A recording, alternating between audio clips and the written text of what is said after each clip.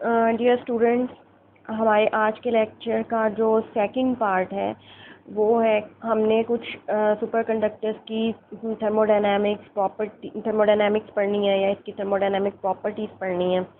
For example like entropy हो गया, conductivity, specific heat, free energy, band gap, like this. अगर हम entropy से स्टार्ट लें तो आपने देखा कि इंट्रोपी क्या होता है। मोस्टली इंट्रोपी टेल्स अस भी about the order state of A system, कितना ज़्यादा ऑर्डर है किसी सिस्टम में या किसी सिस्टम की स्टेट में, ये हमें इंट्रोपी से पता चलता है। अब यहाँ हमारे पास दो स्टेट्स हैं, एक तो नॉर्मल कंडक्टिंग स्टेट है, एक सुपर कंडक्टिंग स्टेट है, और उसका ग्राफ भी आपके सामने ये दोनों स्टेट्स का बना हुआ है। अगर हम नॉर्मल कंडक्टिंग स्टेट्स को देखें तो इसकी इंट्रोपी और टेम्परेचर के दरमियान हम ग्राफ प्लॉट करें तो आप देखेंगे कि ये एक लीनियर रिलेशनशिप है, मतलब जैसे जैसे टेम्परेचर बढ़ता जाएगा उसकी इंट्रोपी बढ़ती जाएगी। और उसकी रीज़न भी हमें पता है, क्योंकि टेम्परेचर बढ़ने से नंबर ऑफ़ कोलिजन्स इंक्रीज़ हो जाती हैं और रेजिस्टेंस बढ़ जाती है, जिसकी वजह से ऑर्डर भी सिस्टम का ख़त्म होना शुरू हो जाता है।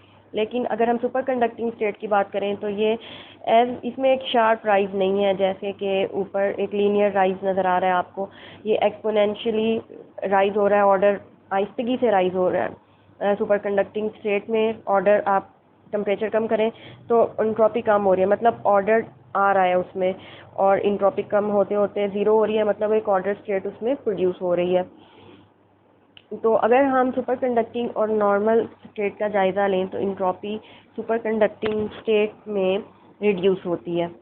ये हमारी इसकी फर्स्ट प्रॉपर्टी है। इसी तरह सेकंड प्रॉपर्टी अगर हम देखें तो सेकंड प्रॉपर्टी स्पेसिफिक हीट के बारे में, जैसे हमें पता है कि स्पेसिफिक हीट मोस्टली क्या, जनरली स्पेसिफिक हीट क्या होता है कि it is the amount of heat required and energy required to increase the temperature of a body to 1 Kelvin। तो और अगर हम इस मेटल में अगर ख़ास कर हम स्पेसिफिक हीट की बात करें तो यहाँ पे उसका एक फार्मूला दिया गया, इस फार्मूले से उसको डिस्क्राइब किया गया। इसमें फर्स्ट टर्म जो स्पेसिफिक हीट की है वो किसी भी मेटल में है कि वो टेम्परेचर से डायरेक्टली प्रोपोर्शनल है। सेकंड टर्म में आप देखेंगे वो टेम्परेचर क्यूब के डायरेक्टली प्रोपोर्शनल है।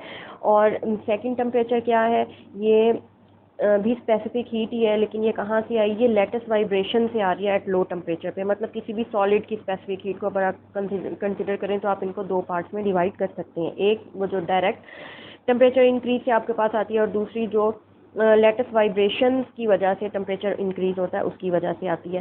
तो specific heat super conductor show, अगर मैं इसका ग्राफ देखूँ पहले, अगर मैं इसका ये आपको स्पेसिफिक हीट का अगर ग्राफ मैं दिखाऊँ तो ये आपको एक यहाँ पे एक जंप नज़र आता है।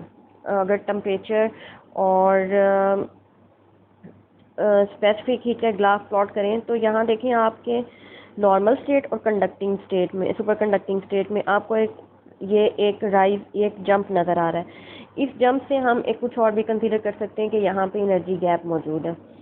तो the specific heat of A super conductor shows A jump eight TC.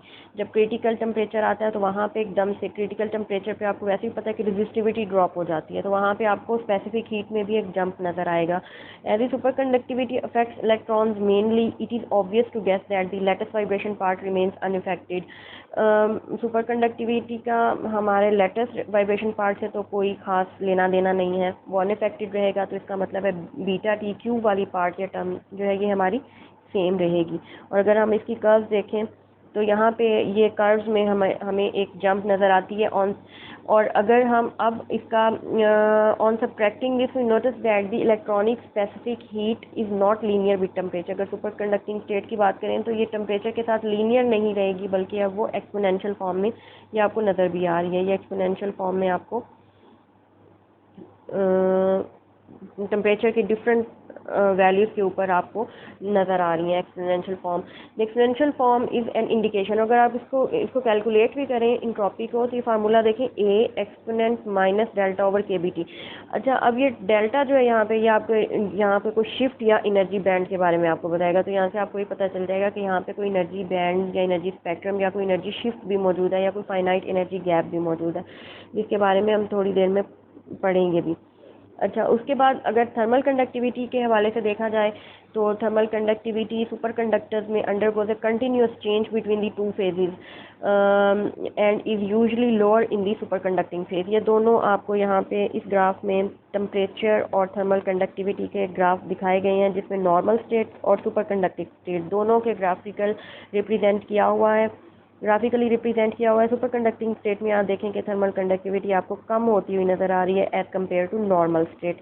तो इसकी रीज़न हम कुछ इस तरह से ले सकते हैं कि सुपर कंडक्टिंग इलेक्ट्रॉन पॉसिबल है कि वो इसमें हीट ट्रांसफ़र में कोई पार्ट परफॉर्म ना कर रहे हो, जिसकी वजह से थर्मल कंडक्टिविटी की वैल्यू जो है वो नॉर्मल स्टेट से लेस है।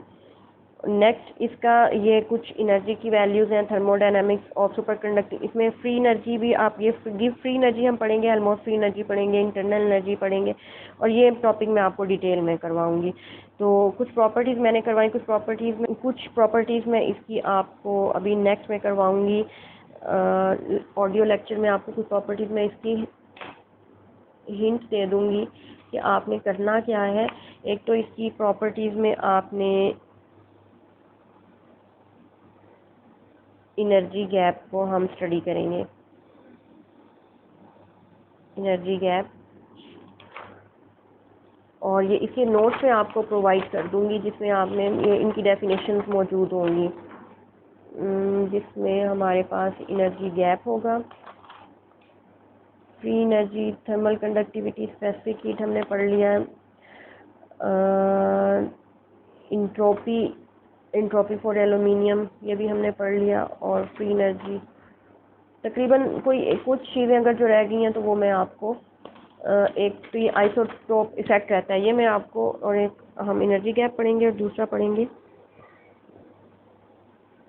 Isotope effect. इसका मैं आपको बाद में दोबारा से बताऊंगी नेक्स्ट वाले लेक्चर में। Thank you.